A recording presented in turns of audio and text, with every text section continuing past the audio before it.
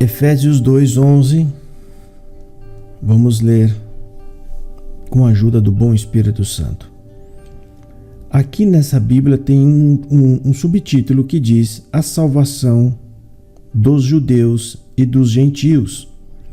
Portanto, lembrai-vos de que vós, noutro tempo, eres gentios na carne, e chamados incircuncisão pelos que na carne se chamavam circuncisão, feita pela mão dos homens, que naquele tempo estáveis sem Cristo, separados da comunidade de Israel, e estranhos às alianças da promessa, não tendo esperança e sem Deus no mundo. Mas agora, em Cristo Jesus, vós, que antes estáveis longe, já pelo sangue de Cristo chegaste perto, porque Ele é a nossa paz, o qual de ambos os povos fez um, e derrubando as paredes da separação que estavam no meio, na sua carne desfez a inimizade, isto é, a lei dos mandamentos, que consiste em ordenanças para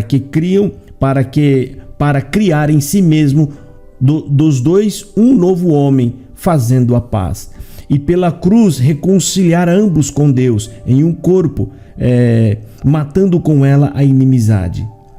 E vindo ele, evangelizou a paz, e vós que estáveis longe e aos que estavam perto, porque por ele ambos temos acesso ao Pai, em um mesmo Espírito. Assim que já não sois estrangeiros nem forasteiros, mas concidadãos dos santos e da família de Deus, edificados sobre o fundamento dos apóstolos e dos profetas, de que Jesus Cristo é a principal pedra da esquina, do qual todo edifício bem ajustado cresce para templo santo do Senhor, no qual também vós juntamente sois edificados na morada de Deus em espírito. Amém, irmãos. Vamos ler.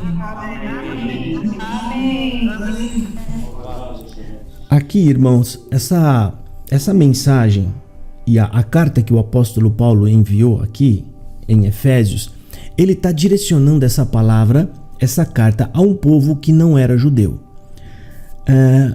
Ainda era nova a mensagem de que Deus veio para salvar a todos, porque até esse momento, até que Cristo veio, Deus era unicamente dos judeus. Nós, irmãos, não tínhamos esse privilégio de ter Deus. Você podia ser a melhor pessoa do mundo, você podia ficar longe de toda e qualquer idolatria, mesmo assim, você estava sem Deus. Eu peço que os irmãos fechem o áudio, tá? Por favor, tá, irmãos? Então Paulo, ele tá falando, gente, havia um muro de separação entre nós e vocês. Deus desfez esse muro e ele fez dos dois povos, o judeu e os gentios, um único povo, mediante ao seu Filho Jesus Cristo. Porque Jesus, irmão, ele era alguém que tinha ainda mais privilégio do que qualquer judeu nessa terra, porque ele era o próprio Filho de Deus, e mesmo assim ele abriu mão disso para vir aqui, né? Nascer no meio de uma família pobre, um garoto pobre que provavelmente trabalhou duro para ajudar o pai a sustentar a casa e os outros irmãos, sem privilégio algum, somente para pagar a dívida que era nossa, né? Então Paulo, ele começa aqui: portanto, lembrai-vos de que em outros tempos eres gentios na carne. Ou seja, Paulo está falando: olha, lembra, gente, vocês eram gentio, vocês não tinham Deus. Deus escolheu Abraão para ser o servo dele, e Deus fez promessa para Abraão e os filhos de Abraão. O resto, irmãos, o resto era só criatura de Deus, a criação de Deus. Deus escolheu alguém, né? E nós, quem éramos nós? Nós éramos as criaturas. Nós não tínhamos Deus, nós não tínhamos salvação, né? E aqui ele fala: e chamados incircuncisão, ou seja, nós éramos chamados de incircuncisão por quem? Pelos que na carne se achavam circuncidados, feito pela mão dos homens. Ou seja, aqueles que eram circuncidados, aqueles que eram o povo de Deus, chamava nós de incircuncisos. A gente tem que lembrar, irmão, que Jesus Cristo, quando veio, ele veio obedecendo a lei. O que era a lei? A lei foram regras e mandamentos dados para os judeus. Jesus era judeu.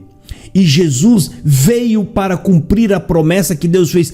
Para quem foi feita a promessa de enviar o Salvador? Para quem? Para o judeu, irmão. Não foi feita para nós. A promessa de que o Salvador viria era para salvar Israel, não o mundo.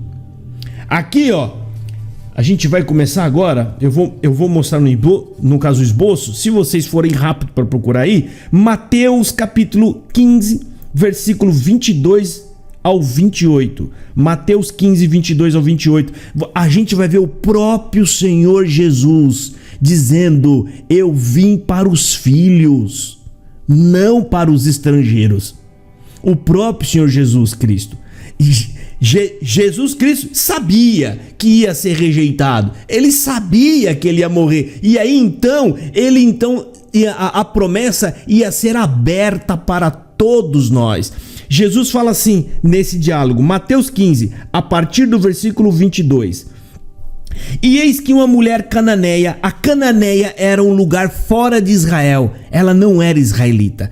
Eis que uma mulher cananeia, que saíra daquelas cercanias, clamou dizendo: Senhor, filho de Davi, tem misericórdia de mim, que minha filha está miseravelmente endemoniada. Olha só, ela está pedindo ajuda. E ela falou uma coisa aqui interessante, que eu esqueci até de separar um trecho bíblico para poder apontar. Ela fala que Jesus é filho de Davi. Eu já falei sobre isso lá no cego de Jericó. Por quê? Jesus era filho de quem, irmãos? De José. Mas ela falou filho de Davi. Sabe o que significa isso? Ela não revelou a carne, ela revelou o Espírito. Eu falei: eu sei que você é o Messias, eu sei que você é o enviado de Deus. Ela revela uma profecia. A profecia dizia: e o Messias virá da linhagem de Davi. Quando ela está dizendo filho de Davi, ela está dizendo exatamente essas palavras aqui: eu sei que você é o Messias, eu sei que você é o enviado de Deus, tem misericórdia. Ou seja, ela revela que aquele homem que todo mundo olhava e não dava nada, ela não olhou para isso. Ela não olhou para aquele homem que estava com os pés no chão descalço. Ela não olhou para aquele homem que estava com aquela roupa suja. Ela simplesmente falou: esse é o Filho de Deus, esse homem é enviado de Deus. Ela revela, e isso mexe com Jesus, porque Jesus viu no coração dessa mulher o quê? O que ele queria encontrar em Israel? Fé. Ele queria encontrar em Israel um povo que acreditasse que ele era o enviado de Deus. E os filhos não creram. Aqui nessa passagem está cumprindo a profecia de Isaías, que falou assim: aqueles que não me procuravam me acharam. Ou seja, para aqueles a quem eu não fui enviado, foi esses que creram em mim. E aí ele segue. Ela fala: Senhor, filho de Davi, tem misericórdia de mim, que minha filha está miseravelmente endemoniada. Mas ele não lhe respondia a palavra, ou seja, ele não falava nada. Ele continuou com a sua tarefa ou com a sua caminhada. E os seus discípulos, chegando ao pé dele, rogaram-lhe dizendo: Senhor, despede-a, que vem gritando atrás de nós. Aí ele responde e disse: eu não fui enviado senão as ovelhas perdidas da casa de Israel. O que ele está querendo dizer? Eu fui enviado para os filhos de Israel que se perderam de Deus, não que estavam perdidos geograficamente, que se perderam, não, aqueles que se afastaram de Deus. Ele está falando: eu vim para as ovelhas que foram afastadas de Deus, então chegou ela, aí ela continuou atrás dele, chegou ela, adorou. Ou seja, quando fala adorou aqui, significa que ela se ajoelha e põe o rosto no chão na frente dele. E gente do céu, isso aqui é que a gente não percebe. Jesus era um homem simples e pobre. Quem que ajoelha na frente de um mendigo? Somente pela fé a mulher fez isso. A fé que estava no coração dela, ou seja, ela não estava olhando com os olhos da carne. Então chegou ela, adorou-o dizendo: Senhor, socorre-me. Ele, porém, respondendo, disse: não é bom. E Jesus insistiu, gente. Jesus estava provando a fé do coração dela. Jesus disse: não é bom pegar no pão dos filhos e deitar aos cachorrinhos. Ou seja, eu vim para os filhos, vocês são os cachorrinhos, os filhos de Israel. E aí a mulher diz, e ela diz: sim, Senhor, mas também os cachorrinhos comem das migalhas que caem da mesa dos seus senhores. Então respondeu Jesus e disse-lhe: ó mulher, grande é a sua fé, seja assim feito para contigo como tu desejas. E desde aquela hora a sua filha ficou sã. Na sequência dessa palavra, ele diz assim para os outros, depois que ela foi embora: nem em Israel eu encontrei tanta fé. Ou seja, os filhos que deveriam estar me esperando, né, não creram em mim da forma com que essa mulher creu. Ela insistiu, irmão. Ela pediu, chamou e gritou. E aqui, irmão, entra na parte da palavra que está sendo pregada hoje. Nós não éramos os filhos. A gente alcançou dupla misericórdia. A misericórdia do Senhor se virar para nós e nos escolher também, e a misericórdia dele permitir que nós crescêssemos nele, né? E hoje podemos ser chamados mais do que amigo, somos considerados filhos de Deus por adoção, né? E aqui Paulo segue: mas agora em Cristo Jesus, vós que estáveis longe, já pelo sangue de Cristo chegassem perto. Então, irmão, aqui está falando que pelo sangue de Jesus, nós que não éramos nada, agora estamos próximo e perto de Deus. Só para a gente entender essa passagem da mulher cananeia, havia profecias, irmãos, dizendo que o Messias seria enviado para Israel. Mas o povo de Israel rejeitou Jesus. E isso também é profecia, né? Se vocês abrirem... vamos ver aqui. Jesus Cristo em Lucas capítulo 9, 20 e 23. Jesus ele disse assim, Lucas 9, 20 e 23. E disse-lhes: e vós, que dizeis que eu sou?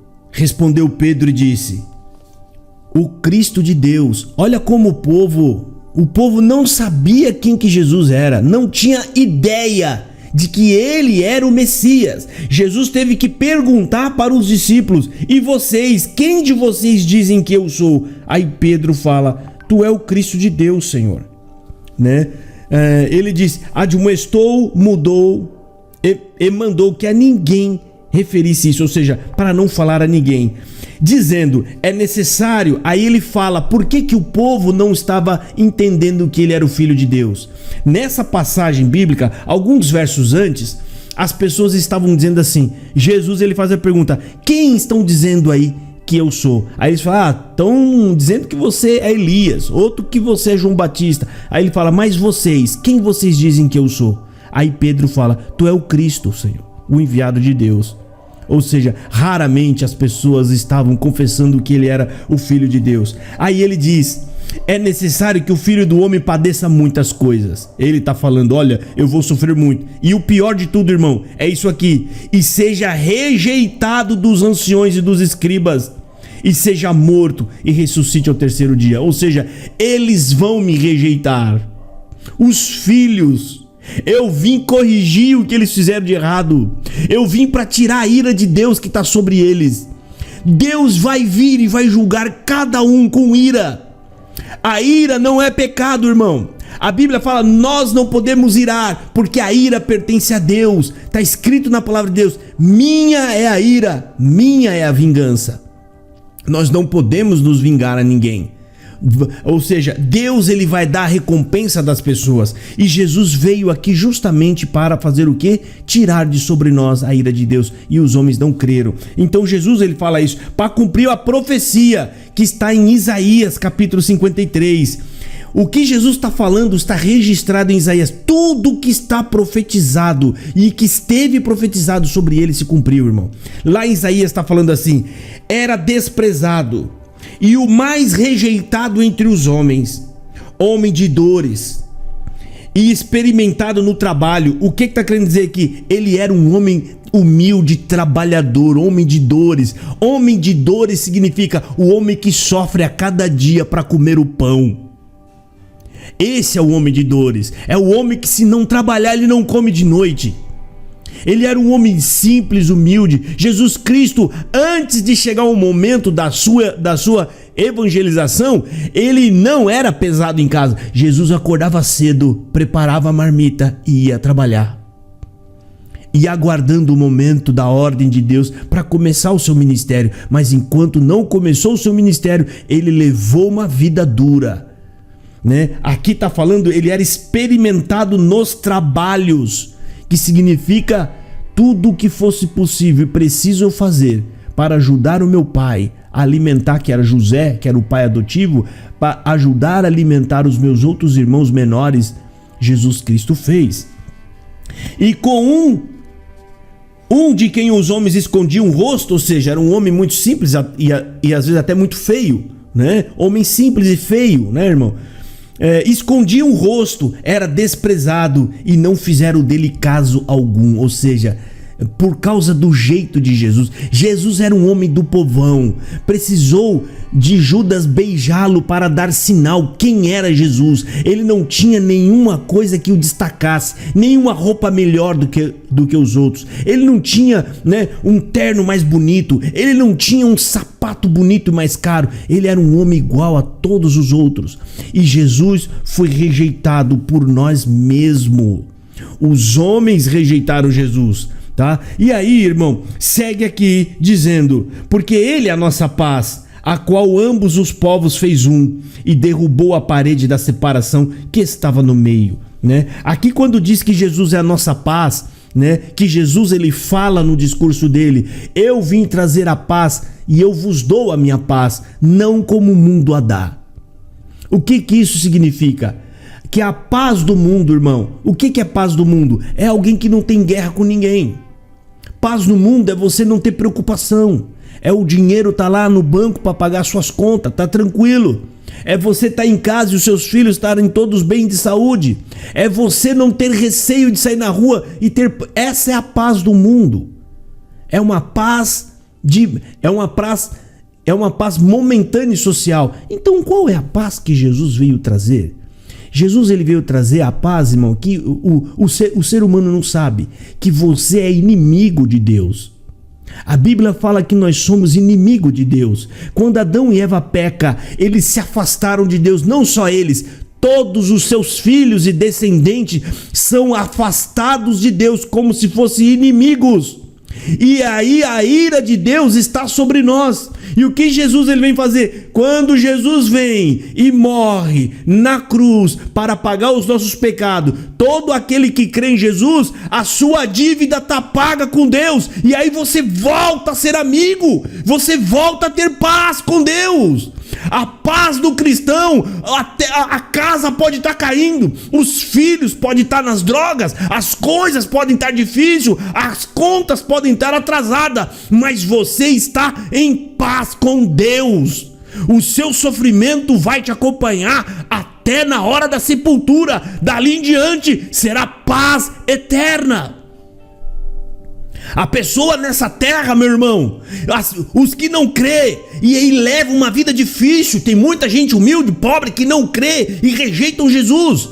Aquelas pessoas que tacaram pedra em Jesus, também tinha gente pobre tacando pedra em Jesus.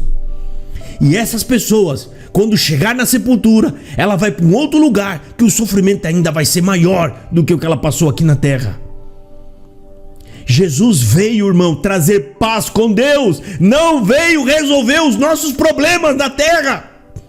Aqui ele já falou, aqui a vida vai ser difícil e vai ficar pior ainda quando você carregar o meu nome. Carregar o nome e o testemunho. Carregar o nome significa carregar o testemunho de Jesus, falar dele. Está lá em Apocalipse capítulo 12. A serpente veio fazer guerra a todos aqueles que carregam o testemunho de Jesus. Nós viemos de uma denominação onde só falavam do homem. Você, Deus vai te dar, Deus vai fazer, blá, blá, blá. Até o testemunho, trocar o testemunho de Jesus pelo testemunho nosso, do próprio homem. Mas irmão, é bom que você tenha um bom testemunho. Irmão, que testemunho que nós temos? Nenhum. Deus só aceita o testemunho do Filho. O Filho de Deus é o único justo que pode se apresentar na presença de Deus. E nós vamos todos atrás dele, do lado, né? Atrás, deixando que ele faça a nossa reconciliação com Deus, irmão. A palavra de Deus fala: bem-aventurados sois vós que guardaram o testemunho do Filho de Deus, irmão. O que é guardar o testemunho do Filho de Deus? É não ter vergonha de Jesus, é falar para todos que você puder falar: Jesus Cristo perdoa, Jesus Cristo salva, Jesus Cristo liberta.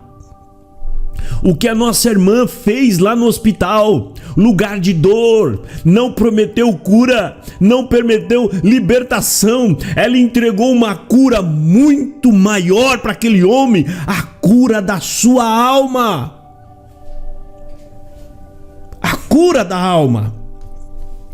E aqui, irmão, segue o apóstolo Paulo falando e explicando para aqueles gentios. Essa carta cabe para nós. Nós somos gentios, ou seja, nós não somos filhos de Abraão, irmão. Nós éramos os povos que estavam fora de Israel. E ele fala que na sua carne desfez a inimizade. Isto é, a lei dos mandamentos, que consistia em ordenanças para criar em si mesmo, dos dois, um novo homem, fazendo a paz.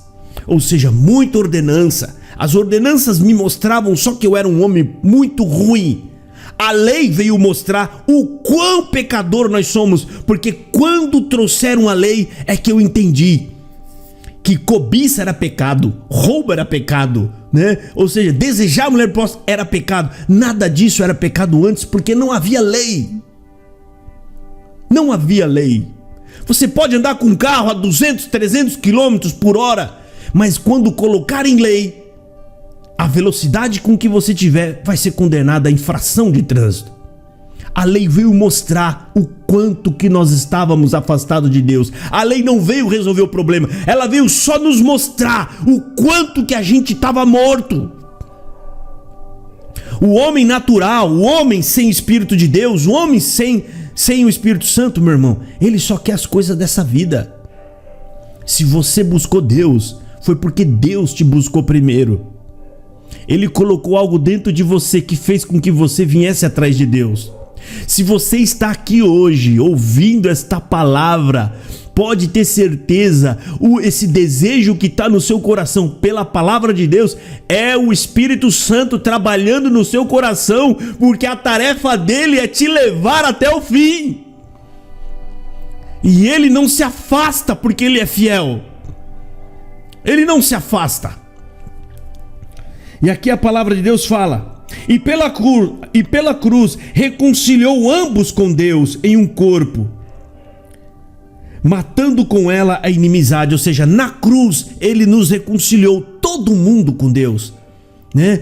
Acabando com a inimizade que nós tínhamos com Deus. O apóstolo Paulo é aquele que fala mais sobre reconciliação, porque ele é o apóstolo que explica melhor e com mais palavras a graça.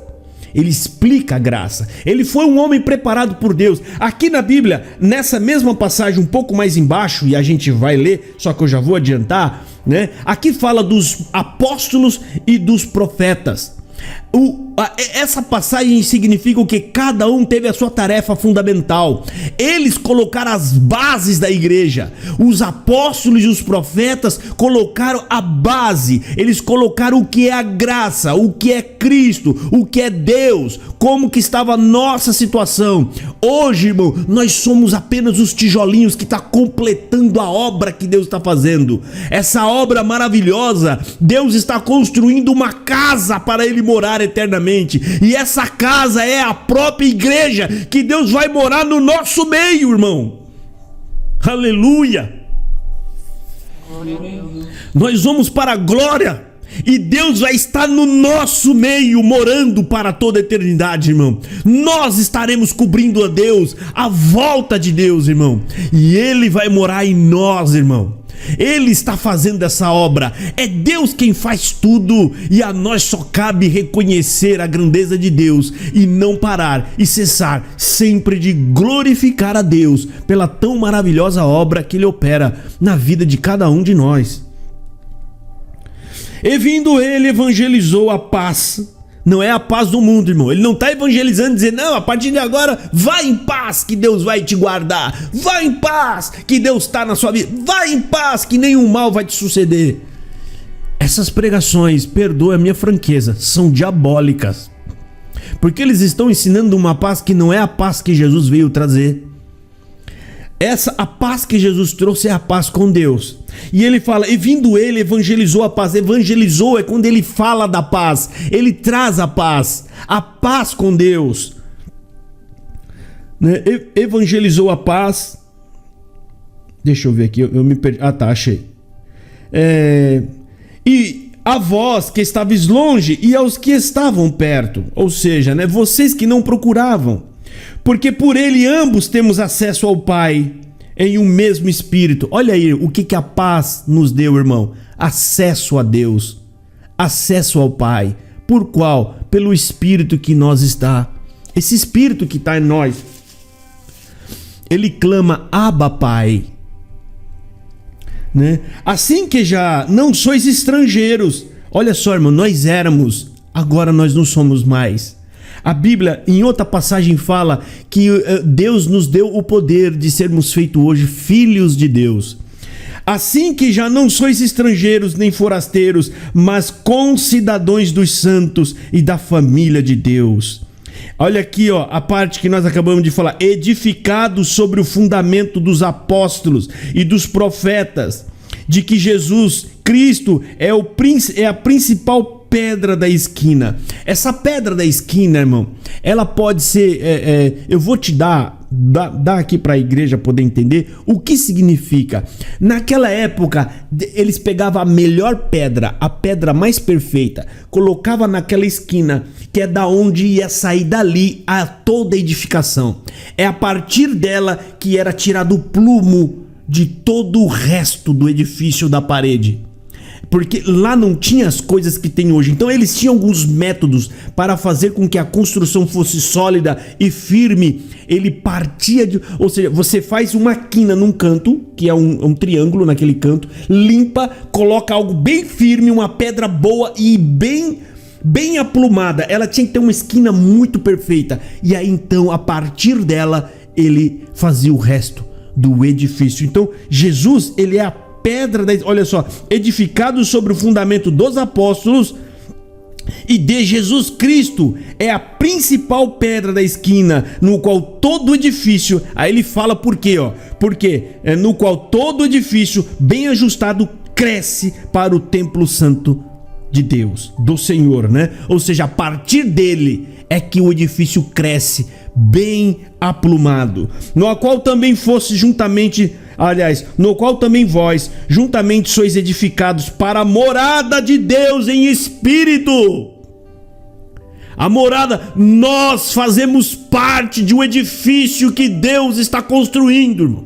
Deus, pelo Espírito Santo, está preparando a maior morada de Deus, e cada um de nós é um tijolo nessa morada santa, irmão.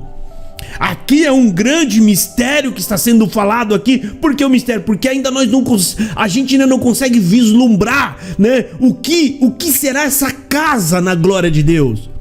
O templo santo, se prestar atenção em vários lugares, nas escrituras fala, nós somos o templo santo do Espírito Santo da glória de Deus. Nós somos individualmente, cada um, o portador do Espírito Santo, mas o Espírito que está em você, irmão, não é a plenitude. Esse Espírito é apenas um penhor, é apenas um pedaço, uma porção. Toda a igreja reunida e junta forma a plenitude, da qual Cristo, quando desce, forma a cabeça desse corpo perfeito em Deus, irmão. Então, bem-aventurados somos, irmão, cada um de nós, irmão amados, né, que estamos aqui ouvindo, né, a pregação da palavra. A palavra é o que está sendo lida, né? O que eu estou fazendo é uma exortação da palavra de Deus. Essa é a palavra de Deus hoje, irmão. O Senhor trazendo por essa carta, dizendo: vocês estavam longe, mas fui eu quem fui buscá-los. Um a um, irmão, e toda obra que Deus começa, Ele termina. Ele termina. Se Deus entrou na sua vida, irmão, Ele não vai sair da sua vida, porque a salvação não está nas suas mãos, está nas mãos de Deus, irmão. E Deus é poderoso, Deus é perfeito, irmão. Para concluir, o próprio Senhor Jesus, Ele diz em uma das palavras, fala: quem é que vai começar uma obra e não vai consultar primeiro se tem condições para fazer essa obra até o fim? O próprio Senhor Jesus fez. O que significa? Se Jesus está falando e aconselhando isso, é porque Deus faz. Ou seja, Deus já nos conhecia, irmão. Ele sabe que às vezes nós somos terríveis, a gente é criado na carne, nós estamos às vezes pensando em coisas da vida. Deus sabe, e se Ele te chamou, Ele vai te levar até o fim. Ele vai levar. Tem um versículo lá em Tessalonicenses, se eu não me falha a memória, a primeira carta, capítulo 5, tem um verso que eu não me lembrei bem. Ele está dizendo assim: o Espírito Santo por Paulo fala: fiel é o que te chama, o que te fará também. Fiel não é a fidelidade que a outra igreja ensinava. Você tem que ser um santinho, né? Que eles acham que são, mas não são, né? Essa não, a fidelidade é jamais negar Jesus. Essa é a fidelidade. Nós devemos estar sempre, ainda que caindo, errando, né, pecando. Aí você, quando menos espera, você já mentiu ali, aí você já fez uma coisa. Isso vai acontecer na vida. Estamos nessa terra de grande tribulação, e muitos, por sobrevivência, acabam falando ou fazendo coisas que não deveria. É ruim, é pecado, mas Deus vai te corrigir. Ele vai te corrigir, porque quando Ele escolhe, irmão, Ele vai levar até o fim. Então, essa palavra, irmão, que está sendo hoje, leia novamente em casa depois. Ora ao Senhor Jesus, ora a Deus e fala: Senhor amado, né? Gostei da palavra, agora me ajuda a entender mais, Senhor. Eu quero mais, eu quero melhor te conhecer, Senhor. Eu quero conhecer melhor a sua vontade, Senhor. Eu vim de um lugar com tanta coisa, me colocaram tanta coisa na cabeça e eu estou abrindo meu coração. Eu quero que o Senhor tira tudo que está dentro dele e coloca do zero, Senhor, novo, Senhor. Me ensina a tua vontade. Eu estou entregando a minha vida nas tuas mãos. Faça de mim o que tu quiser, Senhor, mas não me deixa cair na mão dos salteadores. Tem misericórdia de mim. Irmão, Deus jamais vai rejeitar uma oração sincera de alguém que quer estar com Deus. Irmão amado, a tarefa do Senhor Jesus, isso está dentro do coração dele, né? Ele veio para isso. Qual que é a tarefa principal de Cristo?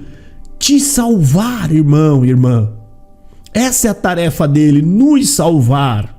E quanto mais fraco você for, irmão, mais próximo de Jesus você vai estar. Ao contrário do que ensinaram no outro lugar, que para você se aproximar de Deus, você tinha que ser cada vez mais santo. Nós temos que nos santificar, mas Deus é Pai, e o Pai vai atrás dos filhos que estão mais perdidos. O filho coxo é o que anda no colo do pai, não é o saudável, irmão. É o mais fraco. Deus é Pai, Ele tem o amor de mãe, irmão, e Ele jamais larga a mão dos seus filhos. Se o pai na terra, a mãe, irmão, tem um filho que fez a maior bobagem, maior burrada, tá lá o menino encarcerado, e aquela mãe, uma pessoa direita, honesta, ela faz a marmita do filho, amarra naquele pano de prato, e aquela senhora com aquele vestido, ela vai lá, tem que arrancar sua roupa, tem que se agachar nua, com aqueles monte de mulheres olhando, aquelas mulheres da polícia, e ela entra lá para ver o filho, para abraçar o filho, para beijar o filho, para entregar a comida de casa para o filho. E Deus fala que nenhum desses amores da terra de mãe pode se comparar com o dele por nós, irmão. Você acha que Deus vai te rejeitar? Você acha que Deus vai virar as costas para você? Foi o diabo que colocou isso na sua cabeça.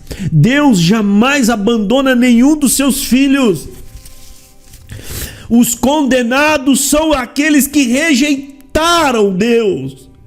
É aqueles que não quiseram Deus. A salvação é de Deus, ela parte de Deus e é Deus quem conclui ela. Ele começa, ele termina. Essa é a palavra, meus irmãos. Deus abençoe a todos. Amém. Amém. Amém. Deus te abençoe, irmão. Glória a Deus. Glória a Deus. Aleluia, Jesus.